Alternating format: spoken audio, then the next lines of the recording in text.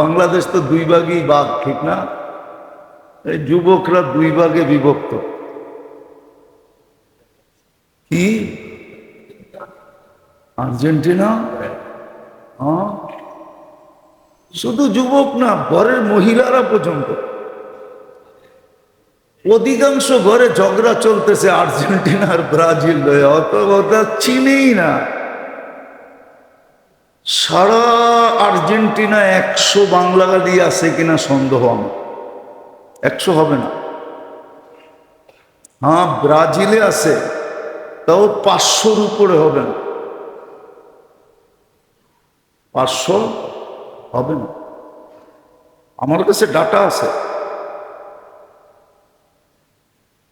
অথচ জার্সি বিক্রি হয়েছে আর পতাকা বিক্রি বানাইছে, এত বড় বড় ফ্ল্যাগ 16 ডিসেম্বরও উড়ায় না। দেখছেন কত বড় বড়, 100 গজ কাপড় দিয়া।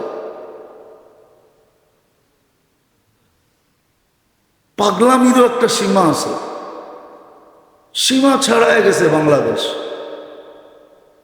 কসম খোদার, রব্বে কাবার কসম, যেই দেশের খেলা, এটা আমি বলি না, কালকে সচিব সাহেবই বলতেছিল, যেই দেশের খেলা ওই দেশেরও নিয়ম হলো নির্দিষ্ট জায়গায় ছাড়া কোথাও খেলা দেখতে পারবে, নাহলে ঘরে বসে দেখো। আমি ঘুরে বলতেছি, অথচ আমরা ঘুমাইতে পারি না রাত্রে। গত পরশুদিন খেলা হয়েছে মনে হয় ফজরের সময়। আরে 4টায় তো খেলা শুরু হয়েছে, উল্টা বয়ে রয়েছে তো 2টার সময়। প্রোগ্রাম করে আস্তে আস্তে দেরি হয়ে গেছে, ঘুমাইতে পারি নাই। দেখতেছি রাস্তাঘাটে হইহুল্লা চলতেছে, আর ঘুম কই। 4টার থেকে খেলা শুরু হয়েছে, ফজরের নামাজ হয়েছে কয়টায়? 4:45টায়,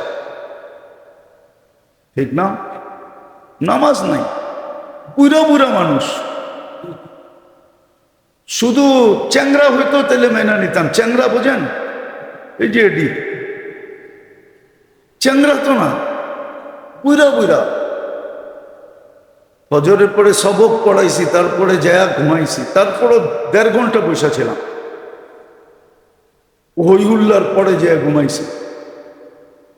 আর মন দিয়া মনে চাইছিল, আল্লাহ ভূমিকম্পটা কেন আসলো ভেনিজুয়েলায়, আমাদের দেশেই আসতো।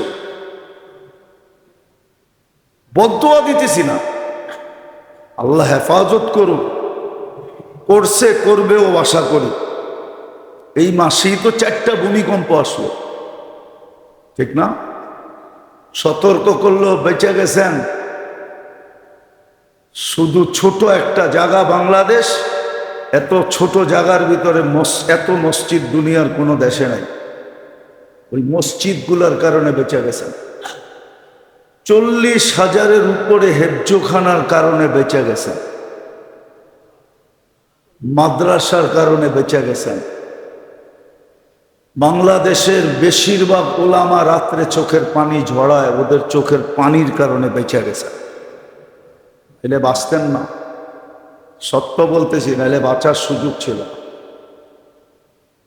ওই যে এক হাদিস শুনাই না আমি, যে যুবককে দেখলে আল্লাহ বলে লাউলা শাবাবা খুশা, ও ধর্মপ্রাণ যুবক, ও দিনদার যুবক, ওকে দেখা আল্লাহ বলে তুই যদি দুনিয়াতে না থাকতি লাজাআলতু সামা হাদিদা, আমি আকাশকে লোহার বানায় দিতাম। অল আরদা সাফসাফা, জমিনকে তামাত। ওমা আনজালতু মিনাস সামাই কাতরা, আকাশ থেকে বৃষ্টির একটা ফোঁটা না। ওমা আম্বাততু মিনাল আরদি হাব্বা, জমিন থেকে একটা শস্যের দানা না। একদিকে তুই পিপাসায় মরতি, আর একদিকে তুই ক্ষুধায় মরতি। জমিন শস্যের একটা দানা দিত না, বৃষ্টি আকাশ এক ফোঁটা পানি দিত না। বল আনজালতু আলাইহিমুল আযাবা সাব্বা, একের পর এক আযাব দিয়ে আমি তোমাদেরকে ধ্বংস করে দিতাম। কিন্তু পারি না কিছু যুবককে দেখলে। ও তো সারাদিন আমার সামনে মাথা ঝুঁকায়া থাকে, ওরে দেখলে আর শাস্তি দিতে মনে চাইলেও পারি না। এরকম কিছু পর্দানিসীন মহিলা আছে যাদের কারণে আল্লাহ শাস্তি দেন না। মাশাইখা রুক্কা, কিছু আল্লাহওয়ালা আছে, বয়স্ক দিনদার আছে, যারা আল্লাহর সামনে সারাক্ষণ মাপ চাইতে থাকে। এই তিন চতুর্থ শ্রেণী ওয়াল আতফালা রুদ্দা, দুধের শিশুগুলার কারণে পারি না, যে ওরা তো নিষ্পাপ, ওরা কি করছে। আরো এক প্রকার আছে ওয়াল আনামা রুত্তা, চতুষ্পদ প্রাণীগুলার জন্য পারি না। এই পাঁচ দলের জন্য পারি না। নালকানি চার দল, শাবাবা খুশা, মাশাইখা রুক্কা, পর্দানিসীন, ছোট বাচ্চা, চতুষ্পদ প্রাণীর কারণে শাস্তি দেয় না, বেঁচে গেছে, লড়ে চড়ে পড়ে না। বাংলাদেশ নড়ে চড়ে, কিন্তু কিন্তু আশা করি ইনশাল্লাহ পড়বেও না। এই সুযোগে আমরা বেঁচে যাব, কিন্তু কালকে বাঁচবো না, এটা সত্য।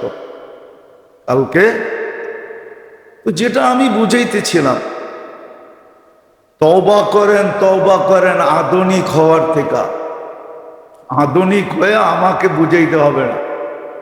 আমি তো সবসময় একটা কথা বলি, আমার একই ডায়ালগ, আমাকে বুঝাইতে হবে। আমি দুনিয়া চিনি, যারা আধুনিক হয়েছে ওরা কতটুক সুখে আছে, আমার মিডিয়া দিয়ে বসতে হবে না, আমি চোখে দেখি। আমার কাছে এখানে হাজারো কান্না সুরক্ষিত রাখা আছে।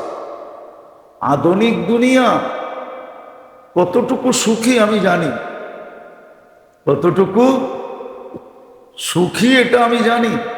এটা আমাকে জানতে শেখাইতে হবে না। তওবা করেন আধুনিক হওয়ার থেকে। করলেন তওবা? না, তাও তো করবেন না, আধুনিক হয়েন না।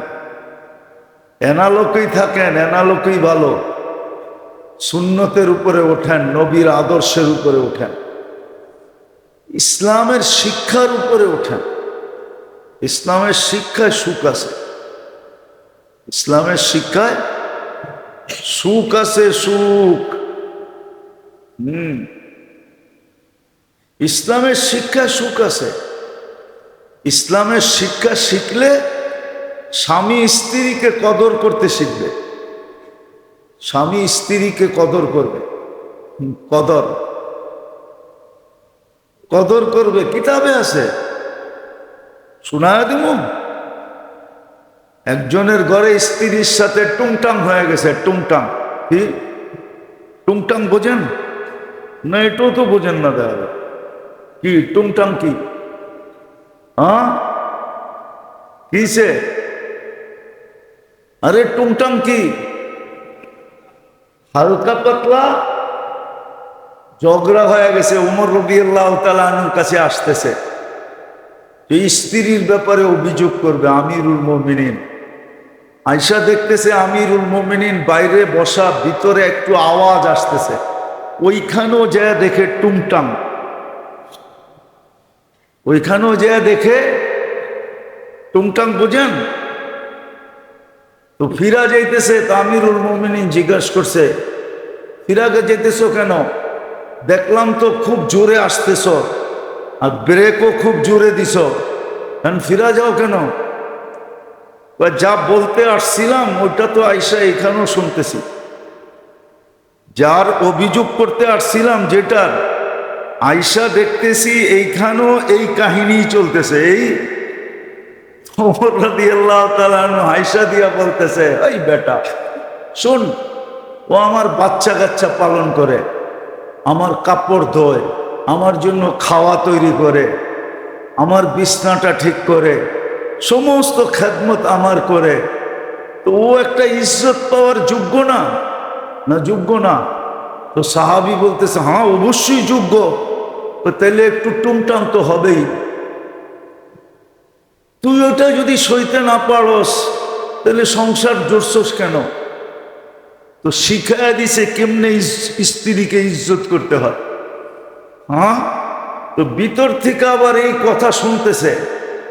আমিরুল মুমিনিন একটু জোরে জোরে কথা বলতেন, ওমর রাদিয়াল্লাহু তাআলা আনহুর আওয়াজ উঁচা ছিল, তো ভিতর থেকে শুনতেছে, তো ভিতর থেকে মুস্কি মুস্কি হাসতেছে।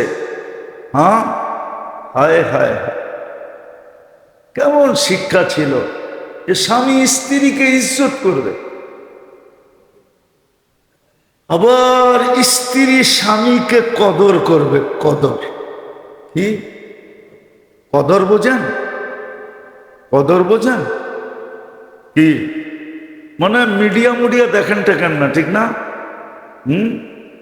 মাঝে মাঝে কেউ কিছু পাইলেই ওটার কোনো টাকা পয়সা যদি রাস্তায় পায় অথবা পুরস্কার হিসাবে পায়, লইয়া কি করে চুমা দেয় না?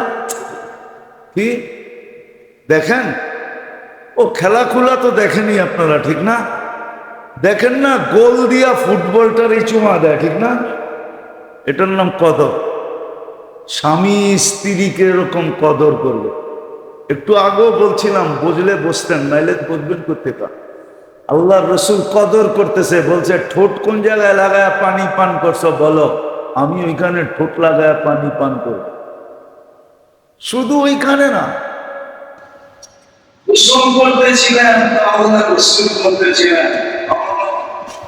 লাউড স্পিকার বাইরে, নাইলে বইলা দিতাম দূর মিয়া।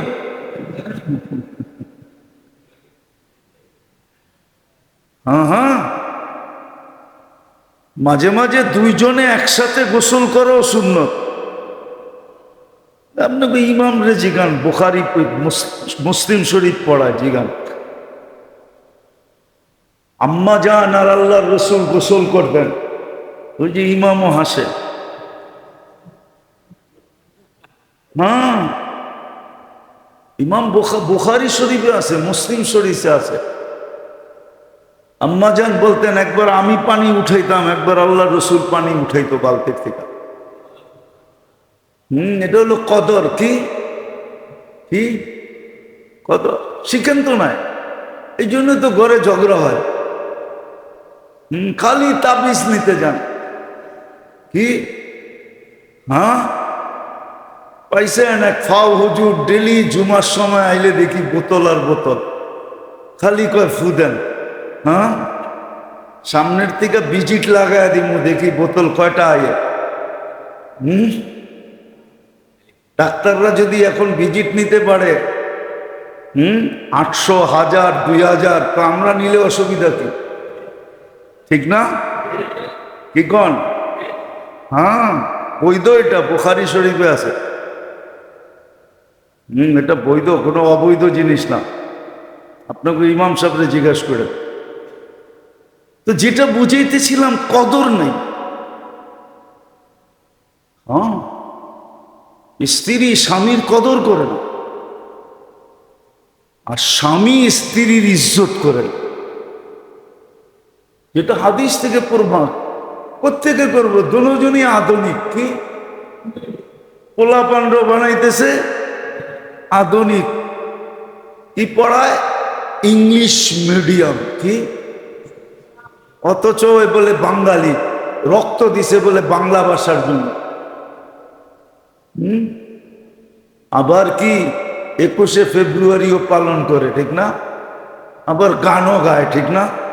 হ্যাঁ, আগেরটা বললাম না কি করা উচিত ছিল? আরে ওরা যে করে, এটা রাষ্ট্রদ্রোহিতা না, ভাষাদ্রোহিতা না। আমরা কিছু বললেই কয় রাষ্ট্রদ্রোহী, এটা কি ভাষাদ্রোহী না? কি যে সন্তানদেরকে ইংলিশ মিডিয়াম পড়ায়, এটা কি ভাষাদ্রোহী না? হ্যাঁ, বলে আপনি কি ইংলিশের বিরুদ্ধে? না, ইংলিশের বিরুদ্ধে না। আমরা চিনি ইংলিশ কি জিনিস, আমারে চিনাই দেব না। বিদেশে গেলে তো ইংলিশই লাগে, ঠিক না?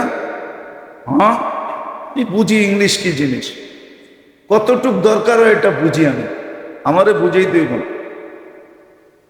আবারও বলতেছি, আমারে বুঝাইতে, এটাই আমার ডায়লগ, আমারে বুঝাইতে হবে না, আমি বুঝি ইংলিশ কতটুক লাগে। কে কতটুকু ইংলিশ পারে এটাও জানি আমি।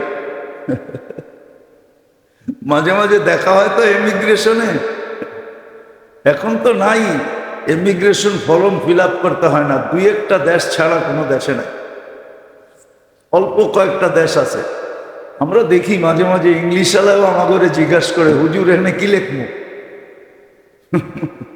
তো মাঝে মাঝে হাসতে হাসতে বলতে হয়, ইংরাজিতেই তো লেখা আছে, পড়া দেখেন কি লেখছে, কি লিখতে বলছে। বুঝি তো না কি লেখুন, প্রথম আইসি তো বুঝি না কি লেখুন। হ্যাঁ, আমরা বুঝি, এগুলো আমাকে বুঝাইতে হবে না ইংরাজি। যাক, এটা আমার আলোচ্য বিষয় না। সুন্নতের উপরে ওঠেন, তওবা করেন। আধুনিক হওয়ার দরকার নাই, 1400 বছর আগেরটাই করেন। যতদিন 1400 বছর আগেরটা করতে ছিল, 800 বছর পর্যন্ত মুসলমান ইজ্জতে ছিল। যেদিন থেকে আধুনিক হওয়া শুরু হয়েছে, ওই দিন থেকে পায়ের নিচের থেকে মাটি যাইতে শুরু করছে, রাজত্ব শেষ হয়ে গেছে। আজকে তো সব শেষ, শুধু আধুনিক হওয়ার কারণে।